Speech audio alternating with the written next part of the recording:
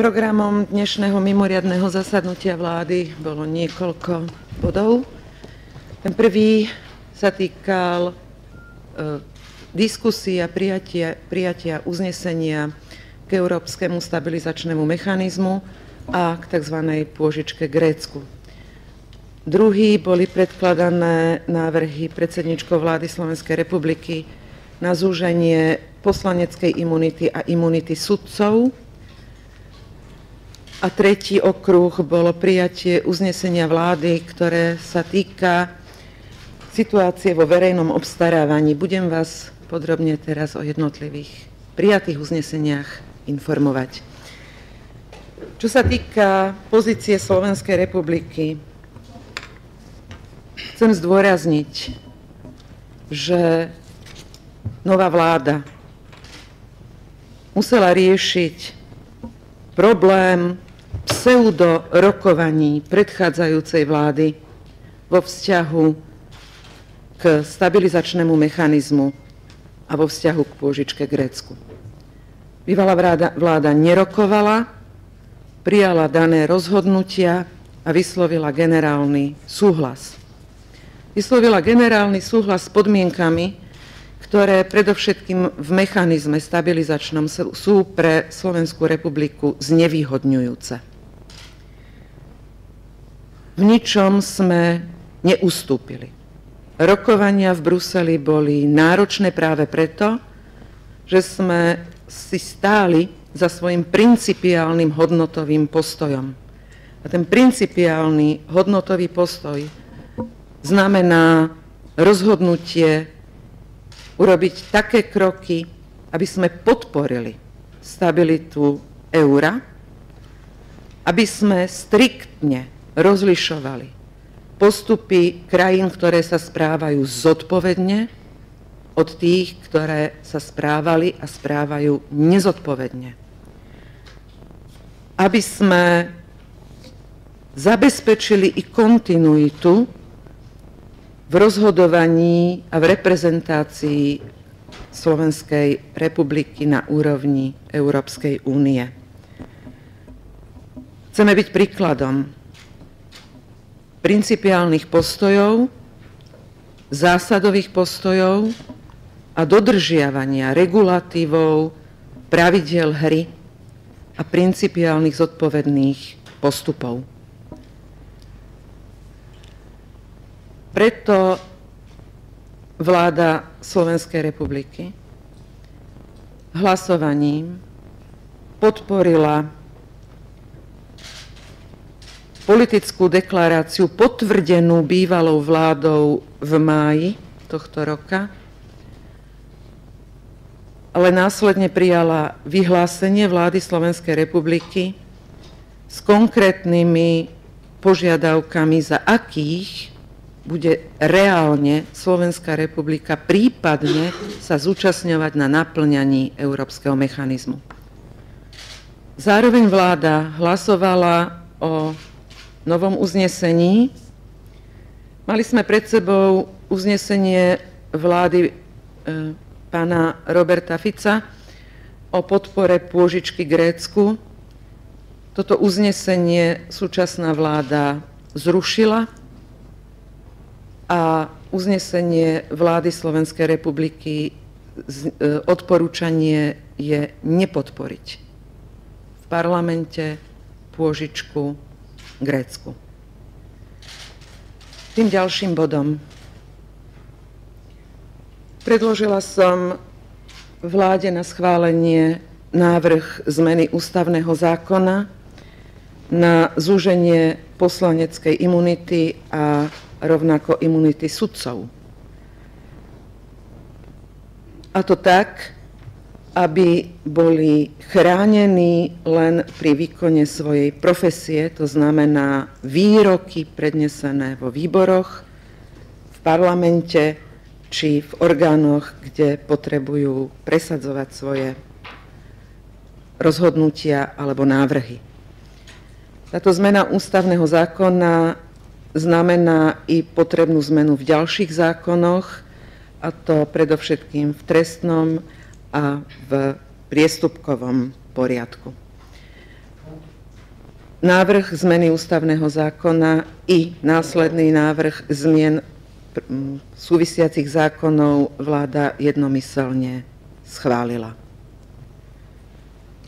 Na vláde predložil podpredseda vlády a minister financií uznesenie, ktoré sa týka zverejňovania zmluv verejného obstarávania.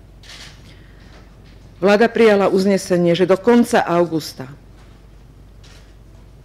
zverejní zoznam existujúcich neukončených, alebo ak chcete, otvorených zmluv. Ďalej zverejní odsúhlasené zmluvy v prvom polroku roku 2010 a následne všetky podpísané zmluvy za celé štvoročné obdobie. Uznesenie sa vzťahuje aj na prehodnotenie možného zastavenia verejného obstarávania a prehodnotenie plánu verejného obstarávania na druhý polorok tohto roka. Prijali sme i odporúčanie, a to prehodnotiť osobné platy, ktoré boli určené v štátnej správe. Ďalej vytvoriť návrh úsporných opatrení na tento rok. Odporúčali sme predložiť prehľad odmien, ktoré boli vyplatené v júni tohto roka. A rovnako sme odporúčili prehodnotiť zmluvy s odbormi, pretože vo viacerých prípadoch je to ďaleko nad rámec zákona, kde sa 5-mesačné odstupné priznáva i pracovníkom, ktorí pracovali iba 2 roky. Tým zákonná lehota je 5 rokov, takže ďaleko nad rámec existujúcich zákonov a zákonov, ktoré sa vzťahujú na zamestnancov mimo štátnej služby. I tieto uznesenia a odporúčania boli jednoznačne prijaté. Ďakujem veľmi pekne a poprosím pána podpredsedu vlády a ministra financií, aby podrobnejšie informoval o záveroch, ktoré sa vzťahujú k európskej agende. Ďakujem pekne. Ďakujem pekne, pani premiérka.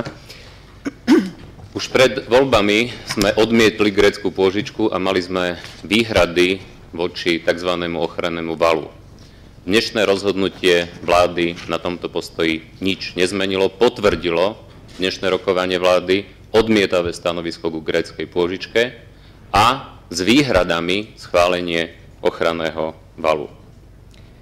Schválili sme teda uznesenie, ktorým navrhujeme zmenu odporúčania voči gréckej pôžičke. V máji vláda Roberta Fica schválila grécku pôžičku a odporúčila Národnej rade grécku pôžičku schváliť. Vláda dnes na svojom rokovaní zmenila toto uznesenie v tom zmysle, že vláda Slovenskej republiky neodporúča Národnej rade schváliť grécku pôžičku. Čo sa týka ochranného valu, Európskeho finančného mechanizmu, ten sme odsúhlasili a odporúčame Národnej rade schváliť rámcovú zmluvu, ale s vyhlásením vlády Slovenskej republiky, ktoré obsahuje tie naše zásadné výhrady. A tie výhrady sú naformulované nasledovne. Slovenská vláda schváli reálne využívanie Európskeho finančného mechanizmu na pomoc konkrétnej krajine s finančnými problémami len v prípade, ak Európska únia schváli podstatné posilnenie paktu rastu a stability, vrátane pravidiel jeho implementácie a vymáhateľnosti, pričom súčasťou zmien musí byť aj jasný mechanizmus riadeného bankrotu krajiny, ktorá konzistentne nevykonáva zodpovednú rozpočtovú politiku.